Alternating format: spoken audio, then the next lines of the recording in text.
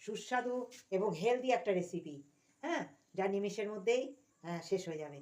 এই রেসিপিতে লাগছে আমার, দেখো এই যে আলমন্ড বাদাম কেটে নিয়েছি, কিশমিশ নিয়েছি, কাজু নিয়েছি, বাদাম নিয়েছি, আর বেসন সুন্দর বেকিং সোডা একটু তেল দিয়ে মেখে এইভাবে আমি তৈরি করে নিয়েছি। নিয়েছি নারকেল এইভাবে সরু সরু পাতলা পাতলা করে চিলি করে নিয়েছি। চিরা প্রথমে আমি চেলে নিয়ে তারপরে আমি একটু বিট নুন আর জল দিয়ে মাখিয়ে নিয়েছি, তারপর শুকাবার পরে একটু ঘি মাখিয়ে রেখে দিয়েছি।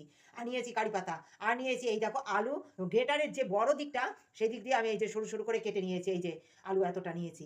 এইভাবে এইগুলো আমি সব ভেজে নেবো, ভেজে নিয়েছি, দেখতে পাচ্ছ কত সুন্দর হয়েছে। ভাজা মশলা ছড়িয়ে দিলাম, আমার ঘরের তৈরি চাট মশলা, আর এই যে সামান্য একটু বিট লবণ, কোনো লাল লঙ্কার গুঁড়ো টুড়ো কিচ্ছু দেবো না, তো কিছু দিয়ে আমি সুন্দর এই যে মাখিয়ে নেবো।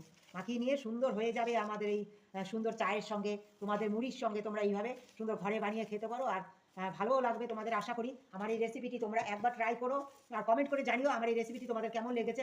কত সুন্দর মুচমুচে হয়েছে দেখো।